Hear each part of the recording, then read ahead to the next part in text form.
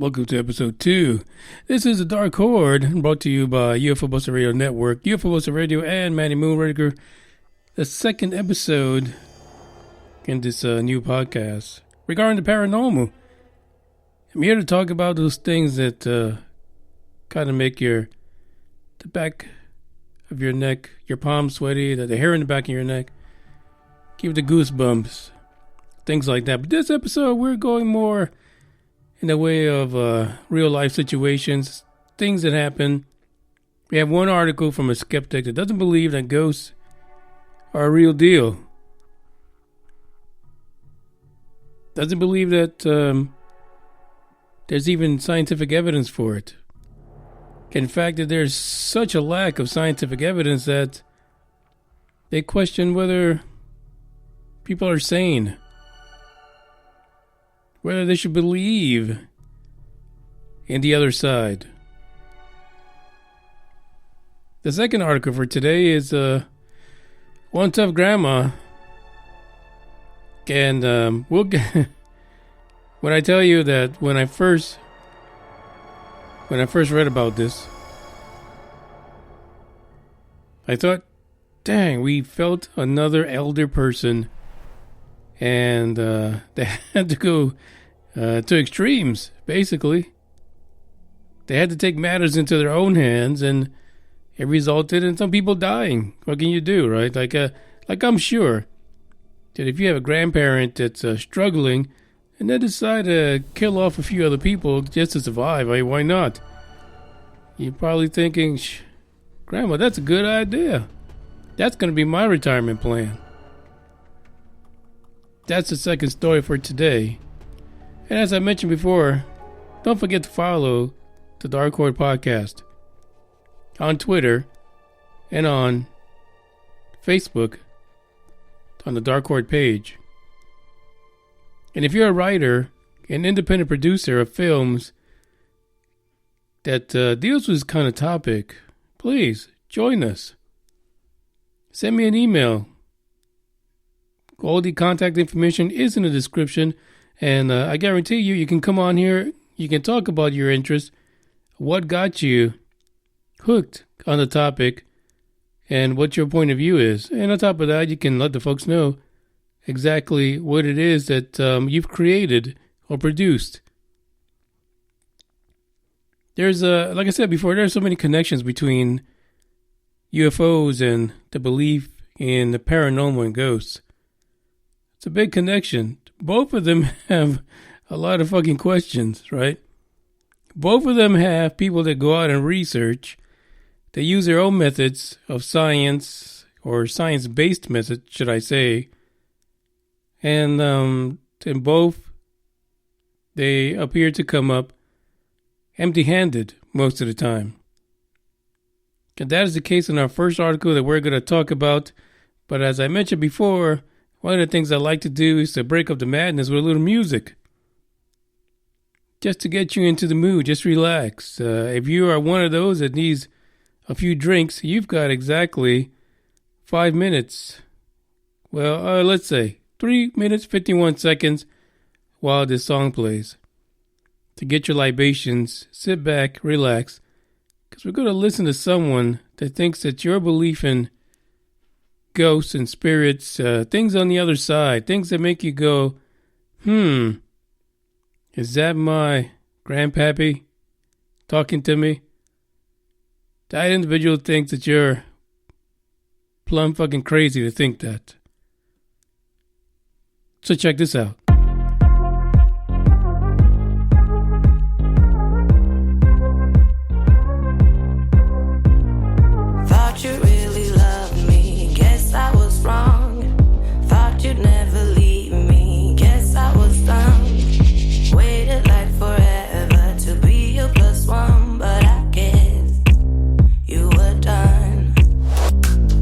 Left me at the party, out of the blue, saying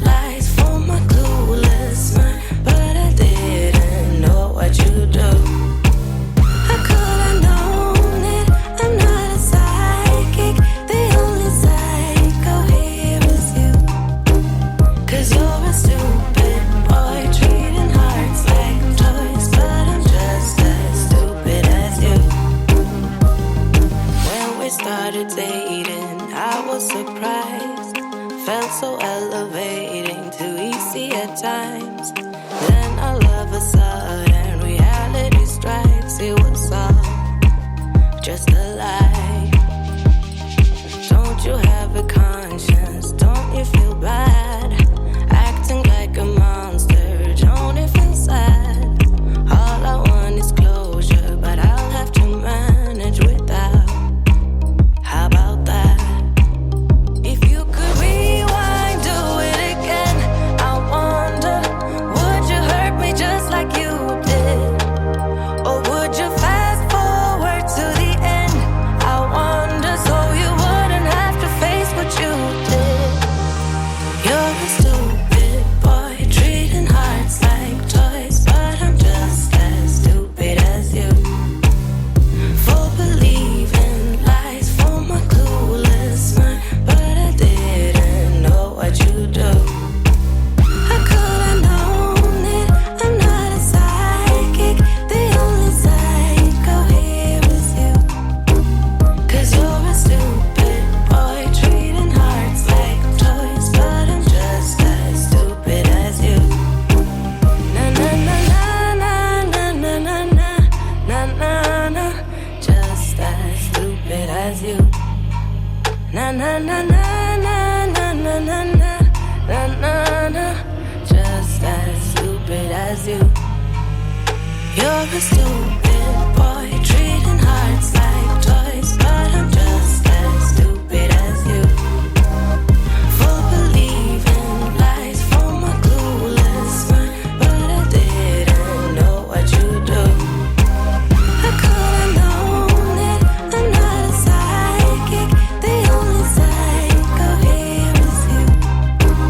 'Cause you're a stupid boy, treating hearts like toys, but I'm just as stupid as you.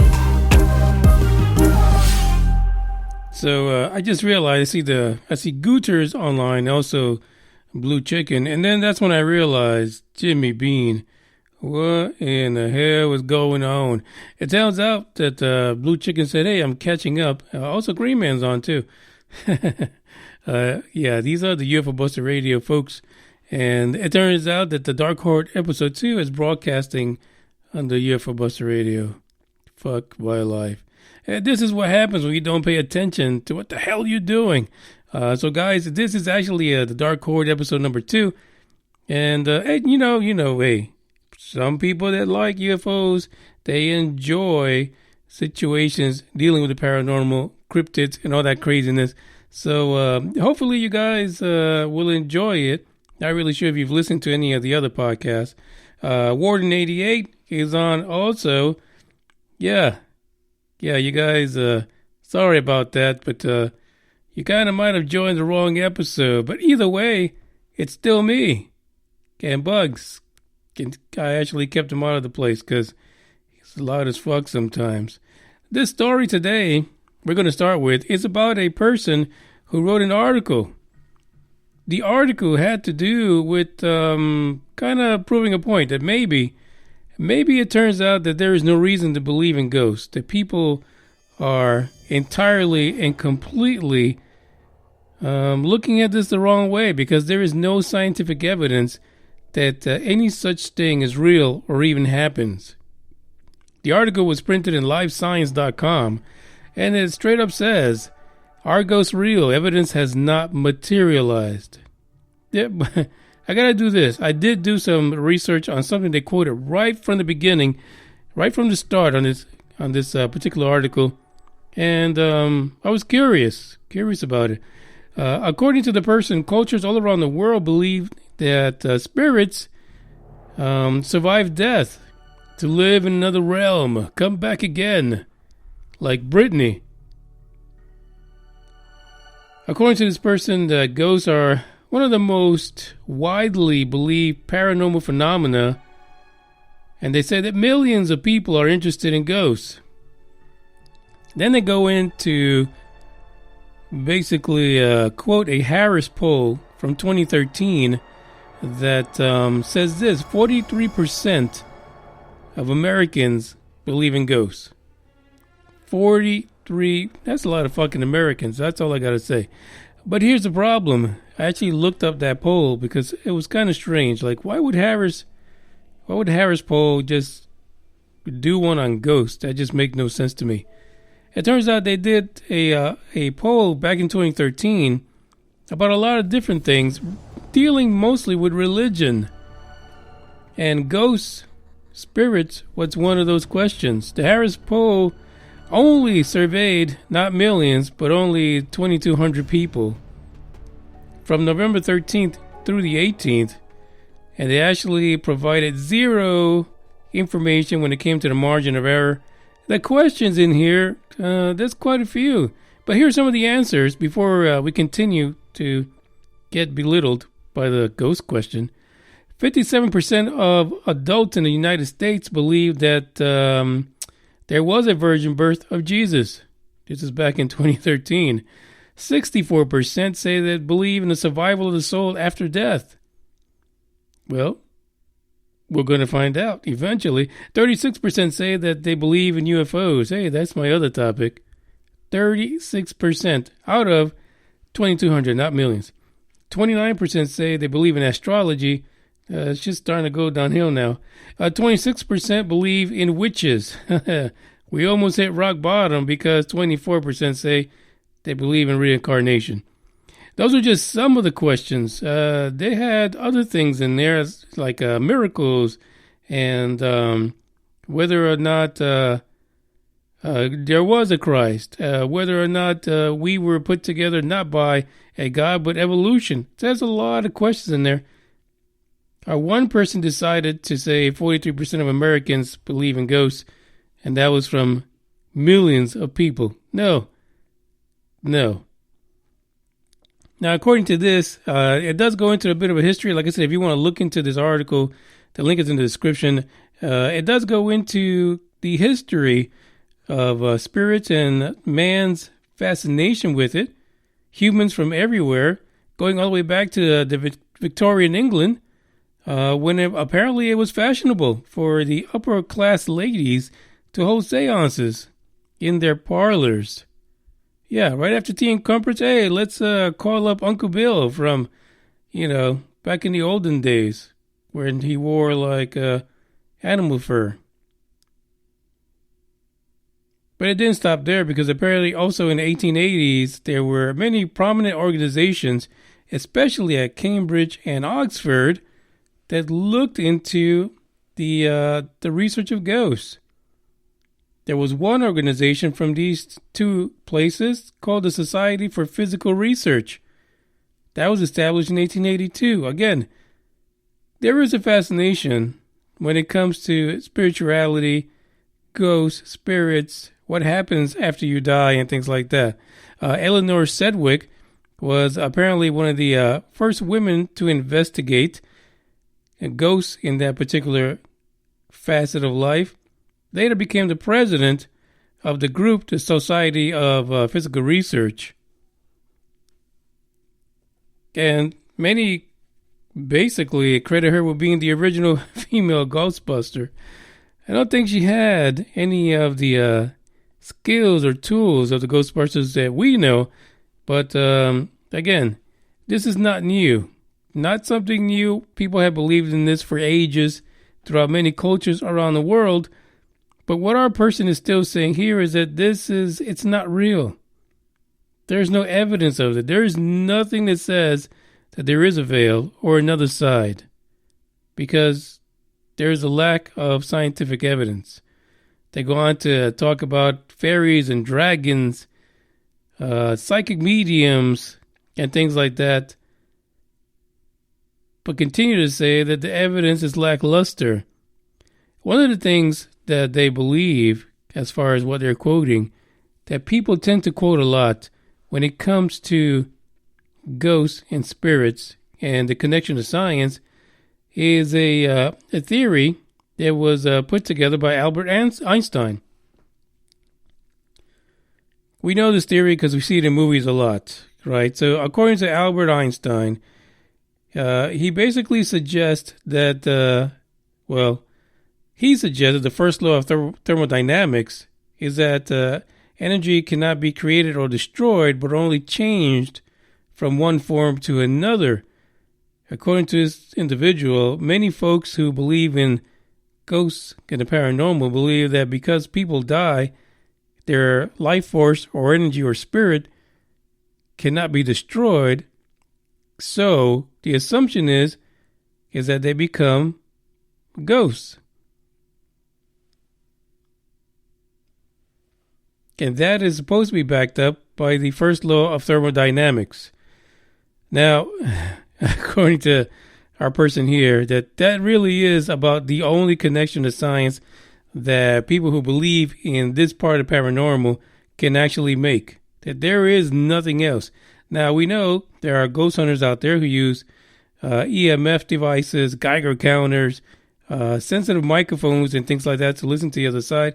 And we even talked about in the last episode that they use ghost boxes or spirit boxes that run through different frequencies, which the idea is that the ghosts, who, again, made out of energy, would be able to manipulate the signals that the box picks up in order to communicate with the person who is the receiver of the message.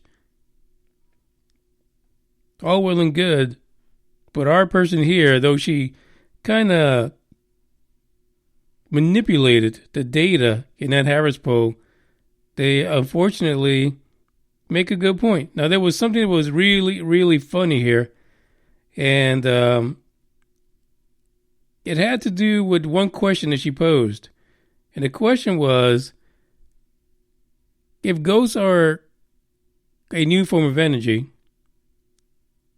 that they are from another dimension, another veil, that they're from the other side, why do they wear clothing?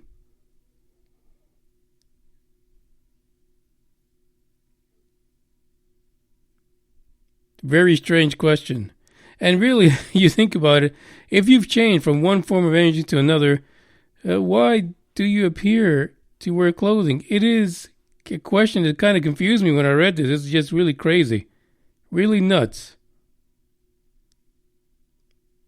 There is more to this article. There's other scientific evidence that they point to. And in the article, they also identify reasons why tools like EMF and Geiger counters and microphones that are usually used by ghost researchers do not work. And how that they take simple natural occurrences, natural sounds from the environment of where people experience these spiritual situations, how they're confused as ghosts, as poltergeists, as disembodied souls. It's an interesting article, and the one thing I got to say is you really have to look at, in order to be well grounded, you got to look at both sides of the fence here. That is the side that says that ghosts they're just not real, that we are somehow mentally, and because we've had generations of people before us that believe in it, that we are making these things up. Kind of like UFOs and aliens, right? It's like a gigantic psychosis that everyone is going through. So, I don't know. It is very strange. Blue Chicken says, yes, aliens are naked. Well, yeah, some aliens are naked. That's the way it goes sometimes. What can you do? The next article that we're going to talk about is a story. It's a historical situation that happened way back when, not too far ago. But when I tell you, when I first heard about this individual, I was I was taken by the fact that they did what they had to do. But then I read their history, and that kind of changed. And we actually have two clips from this particular article regarding this person. So it's a fascinating story nonetheless, even though I feel like, wow, it's just in a state of shock.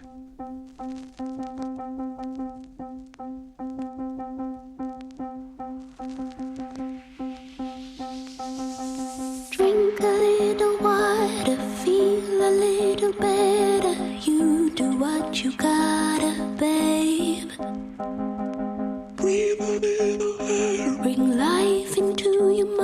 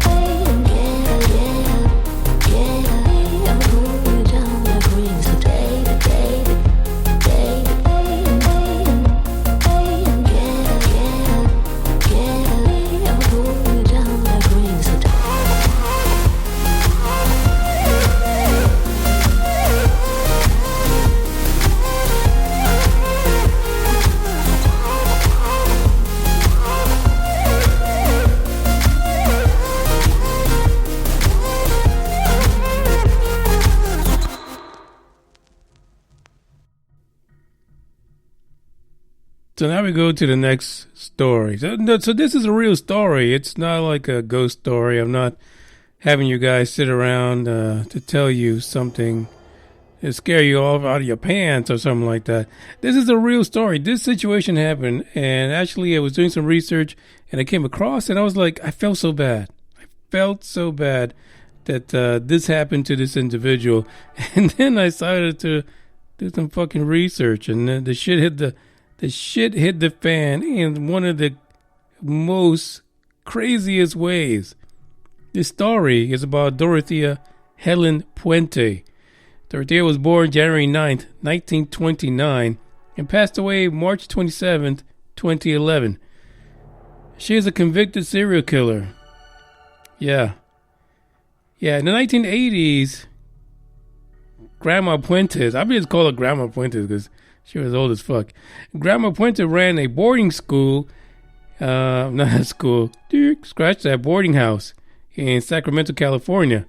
And her shtick was basically to, she would murder her elderly and mentally disabled boarders so that she can cash their security checks, social security checks, basically. You know, when I first read this, I was like, damn. It seems like society has failed another elder person. I mean, she literally had to go out and kill some of her people, her retired folks, in order to, stay afloat. The newspapers called her the Death House Landlady. I like to call her one tough grandma, killer on the loose. So let's take a look. Before we get into what she did, let's just take a look at her history, because this kind of tells you where things are going, and things went extremely wrong. She was born Dorothea Helen Gray, January 9th, 1929, in Redlands, California, to Trudy May and Jesse James Gray. Well, there you go. The guy's name was Jesse James. He had some fucked up genes in him. Apparently, she had a really bad upbringing. Both her parents were alcoholics. Her mother was a prostitute, and her father attempted suicide in front of her. What if that wouldn't scar the fuck out of someone? What wouldn't? Eventually, her father did die of tuberculosis in 1937. She was only 8 years old at the time. And her mother died in a car accident the following year. So she ended up being in an orphanage. This is every fucking scary movie you ever watch right here. This is how it starts. This is how, Michael Myers and those guys start, except as a grandma. In 1945, she married for the first time at the age of 16. Yeah, Can't blame her. She got a head start. It's okay. To a soldier named Fred McFaul. But foul, it's A-U-L, not like foul, like he's just foul. He apparently was recently returned to the States from World War II, and they had 2 daughters. Now you think, well, fucked up upbringing in the beginning. She made it to 16. Yeah, she had 2 kids with a soldier. I mean, come on. It can't be too bad. So she had 1 kid in 46, 1 kid in 48. Basically, she took one and sent the one girl over to some family in Sacramento, and gave the other one up for adoption. So there you go. Easy peasy, 1, 2, treasy. Just shoot them out and send them out. So really, I believe these 2 kids, I'm sure, when the story came out about her happenings or her dealings, I'm sure they felt really blessed that that's the cards that they were dealt. Unless they're just as fucked up as she is, and they're probably killing other people somewhere else. She became pregnant again in 1948, but suffered a miscarriage, and she back in late 1948, McFaul decided to leave her because he had it with her stank ass. Shortly after that, she was actually sentenced to jail for forging checks. See, the crimes begin. She goes into a bit of a crime spree. OMG, you just don't know. I really felt like it was society that felt her, but just one twisted grandma, to be for certain. She was then paroled for 6 months, and afterwards she became pregnant again by a man she didn't even know. Barely. She just giving it up every chance she gets. And then she gave birth to another daughter, who she again placed up for adoption. It's like, geez, lady, at least charge for it. I mean, are you selling the kids? Don't do adoptions. Make some money. In 1952, she married a Swedish person by the name of Alex Johansson, and they had a pretty crazy-ass marriage for 14 years. Well, that's a long stint. So, congratulations to her. I don't know if Alex Johansson, if he felt the same way. In 1960s, Gray, which was her maiden name, Gray, was arrested for owning and managing a brothel and was sentenced to 90 days in Sacramento County. God damn, this lady is just, gee Louise, they should have been watching her. Come on. Somebody should have been on to her. So she gives up all the babies, marries all these dudes, and then decides that she's done with everything. She's going to just manage her own girls in a brothel. And there you go. Now, she was only sentenced for 90 days, so she has these little stints in prison is basically what's happening to her. She was released after getting caught up in the brothel net, and she was arrested again, and this time for vagrancy, and sentenced another 90 days in jail. And that's pretty much where her criminal career just began, and she just did all kinds of things. Completely. It's completely crazy. So she started her little crime spree and then got into being a nurse's aide, to which she was turned to the idea of managing a boarding house. Yeah. That is just so crazy. She married the Swede Johansson in 1966 and married Roberto Puente, hence her name as the killer granny. And he was 19 years younger than her, and I guess they got married in Mexico City. The marriage lasted 2 years. Yeah. Shortly after that, Dorothea Puente took over a 3-story, 16-bedroom care home at 2100 F Street in Sacramento. And that's where the shit hits the fan. And by the way, that particular house, people live in it today, and man, oh man, it is crazy. It turns out that what she used to do is she would rent the place, rent the top floor, and then she had the people that were boarding with her and things like that. But things just did not go wrong for those folks up until they ended up with her. She got married a fourth time in 1976 to Pedro Montalvo, who was a violent alcoholic. The marriage lasted a few months, and Puente started to spend time in local bars looking for older men who were receiving Social Security benefits. Yeah, she did not play. She was like a black widow, kind of like a wrinkly old black widow, but she was not screwing around. She also, during that time, forged their signatures to steal their money and was caught and charged with 34 counts of treasury fraud, for which she received probation. Jimmy Bean, how does she continue to slip through the folks in the law? It is completely bananas. She is crazy. But it doesn't end there. Things get crazy because she pretty much just decides to start killing people off. Basically, that's what she does. How can you not see this coming with her history? There's a link in the description, which is the full story of our granny serial killer.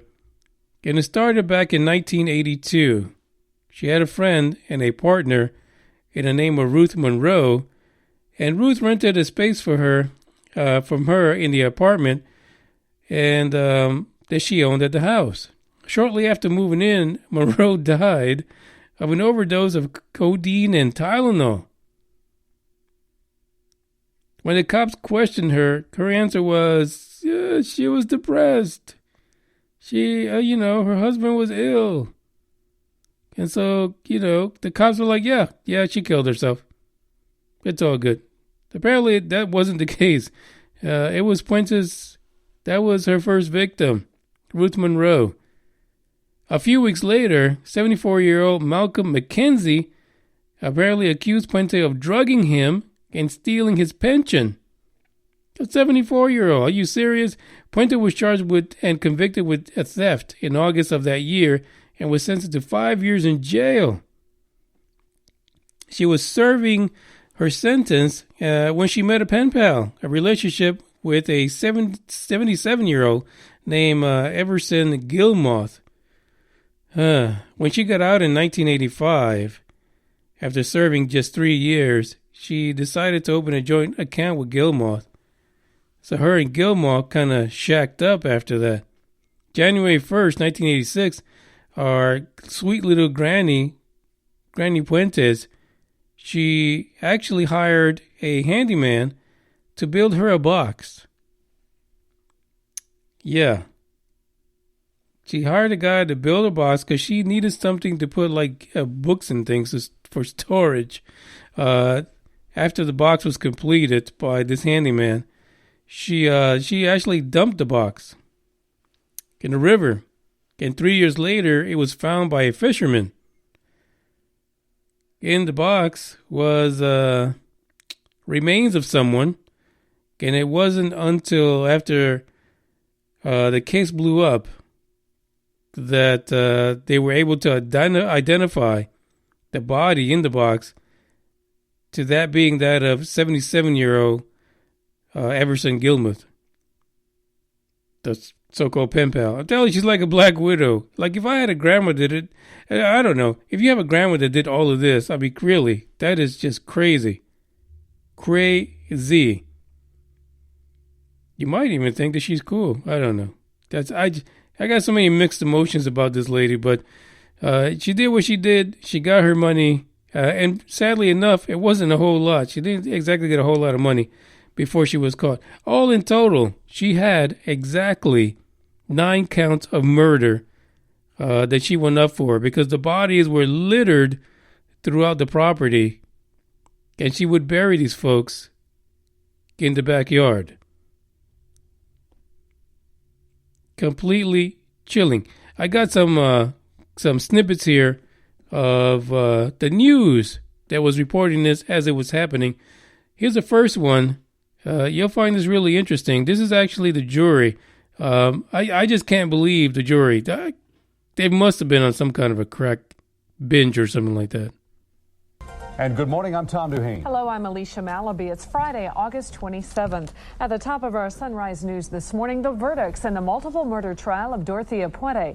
A Monterey jury has found the former Sacramento landlady guilty of first-degree murder in 2 of the 9 counts she faced. Here's Channel 3's Mike Boyd with more. Trial day 147. 64-year-old Dorothea Puente, unemotional, now knows that the jurors are deadlocked on 6 of 9 murder counts. I'm now going to have the clerk read the verdicts.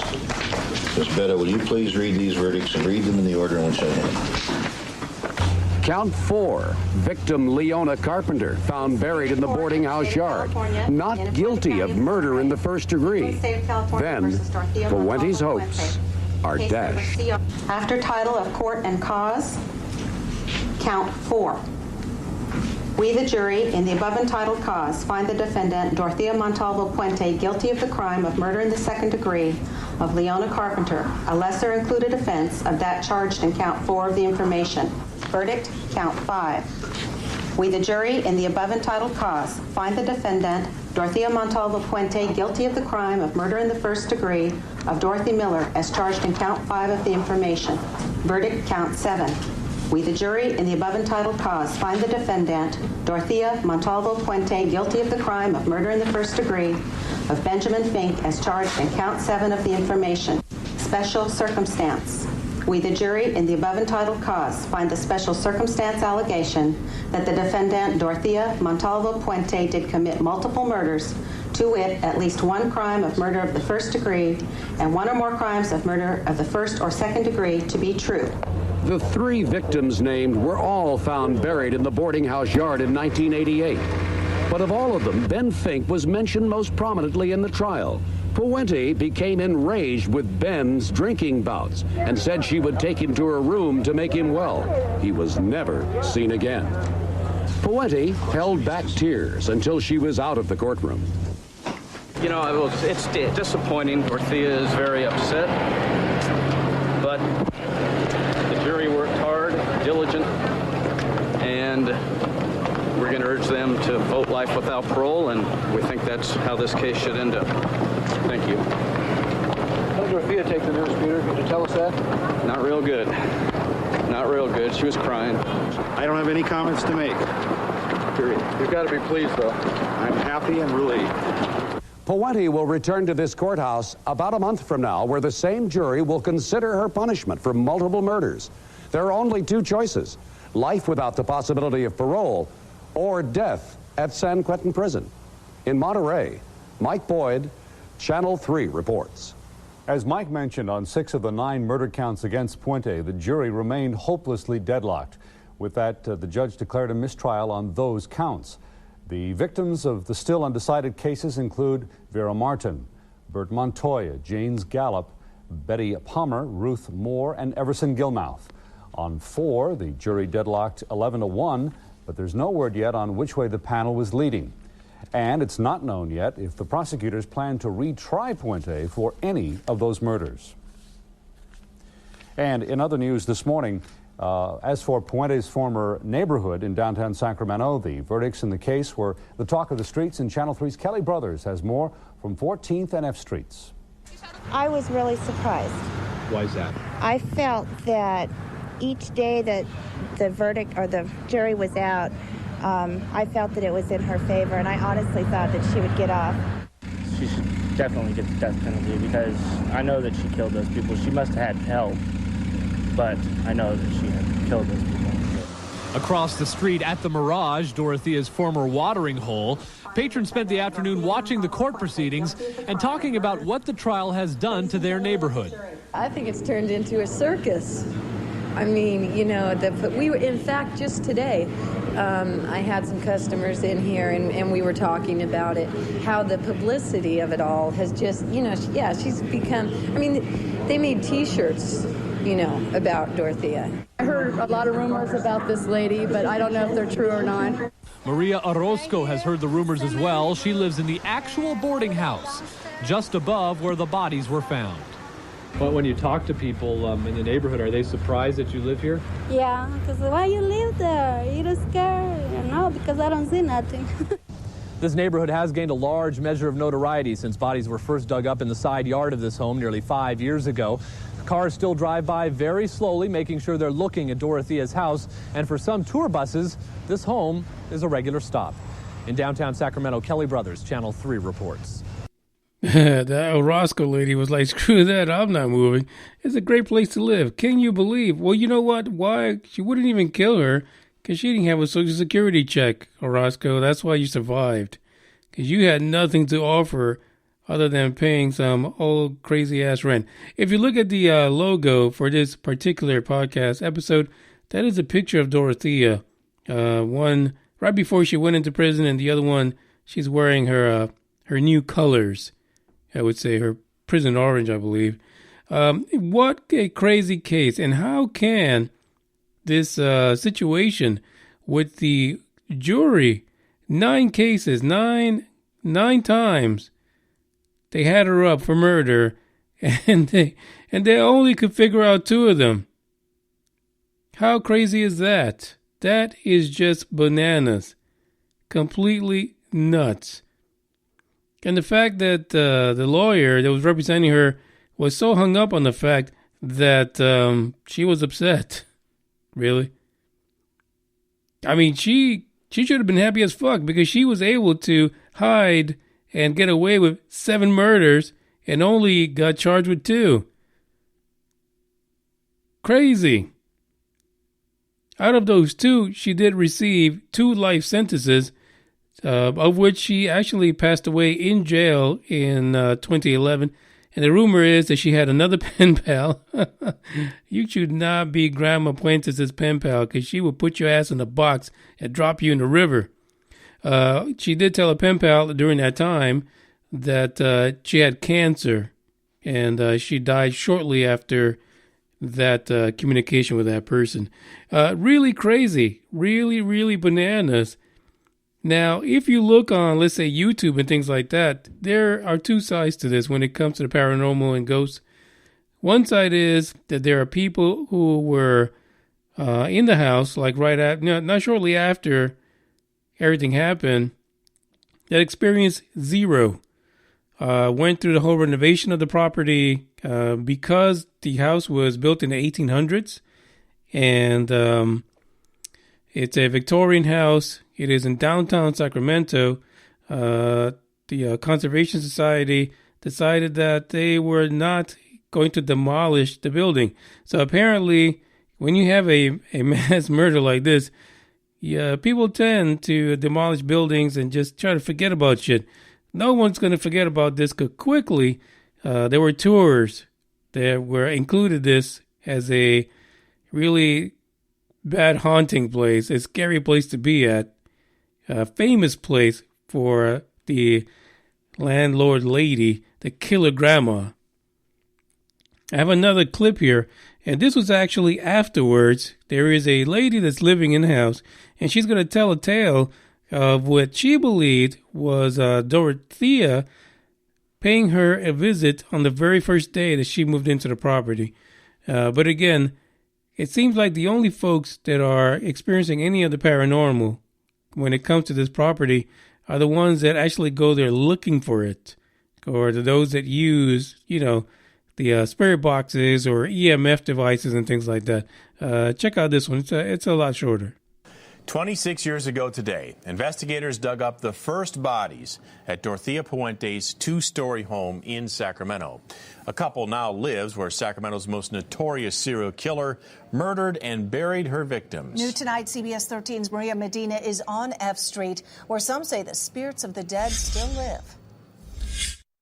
The owner of the home wasn't here, but his mother-in-law was, and she told us about the time she believes Dorothea Puente visited her. I thought it was exciting. Peggy Holmes lives on the bottom floor of Dorothea Puente's old home. Her windows look out at where 7 bodies were once buried and dug up. Did you know when your son-in-law and your daughter were buying this house, the history behind it? Yeah. I read all the books. Decades after Puente killed her tenants for their Social Security checks inside the former boarding house, the home has since been remodeled to Peggy, her daughter, and son-in-law. Well, this is simply home. It's really quite nice. Peggy admits, though, she'll sometimes catch unexplained orbs of light on her walls, and a psychic once told them a man's spirit lives in Peggy's room, who had quite a story to tell about Puente. She made me dig my own grave. Out of the 2 years she's lived here, she says she can only say for sure she's experienced paranormal activity once. Her first night, Peggy says, Puente's spirit visited her. There was a real heavy perfume that woke me up in the middle of the night, and I think it was her. It was stifling. It was a heavy, sweet perfume, like an old woman would wear. I just go away, I'm going back to sleep. It seems Puente's listened to her. She hasn't visited since, but Peggy says she thinks Puente stays away because she knows Peggy isn't scared. Oh, she was a mean person. I wouldn't like her at all. We have nothing in common. And Peggy's daughter and son-in-law live upstairs where she says Dorothea killed all her victims. But so far, Peggy says only she's been visited by spirits. Puente died in prison in 2011. She told a pen pal before she passed away that she was battling cancer. Crazy. What a crazy situation. Now the question is, why isn't this place completely and totally haunted? Like, people should be getting their butts kicked, thrown around, experiencing shit like you see in The Exorcist. With all these people dying, you would think that the idea is that because they died so traumatically, because they were killed off, that they should be attached to that house. There are some researchers that have gone there. They've done videos, they've done recordings. Unfortunately, I didn't have enough time to get permission to use those to put them on the podcast. They are available on YouTube if you want to do it. Now, Ghost Lore says that you have a haunted house or a ghost house if for some reason these people die in a violent way or during tragic events, such as murders, accidental deaths, suicide. But when we go back to the situation we had in the first article, where the individual says that there is no evidence that there is ghosts of any kind, poltergeist or not, I would think that 9 people being murdered by the same lady for their social security checks would be an issue. Gooder, I think it was Gooder said what they need to do is when they do the ghost hunting, they should lure her with social security checks. Oh, God, you can't write this. It is freaking bananas. These are the things that we're going to look into besides actually going out and doing our own little spirit box experimentations here at the Dark Horde. As a matter of fact, I want to say that I just received my first ghost box. And get ready, because we're going to do some real hunting. We're going to do some recordings.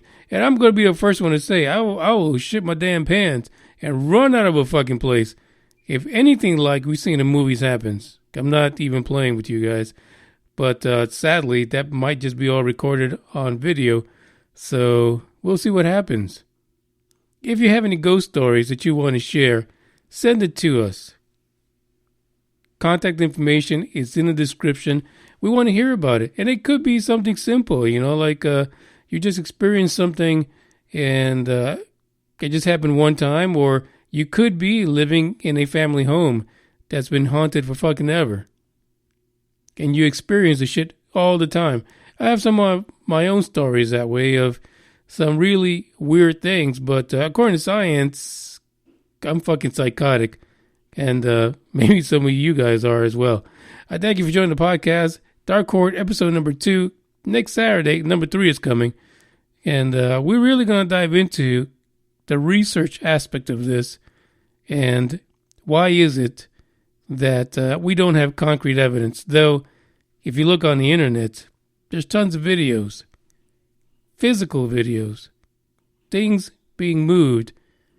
And people that say that they can attest to there not being a natural reason for those things happening. Thank you guys for listening. I appreciate you guys. Moonraker is checking out. And I got to figure out a way to move this shit back to the Dark Horde radio station and not UFO Buster Radio. Fuck it. It's crazy. Technology just fucking sucks. But I appreciate you guys, and ciao.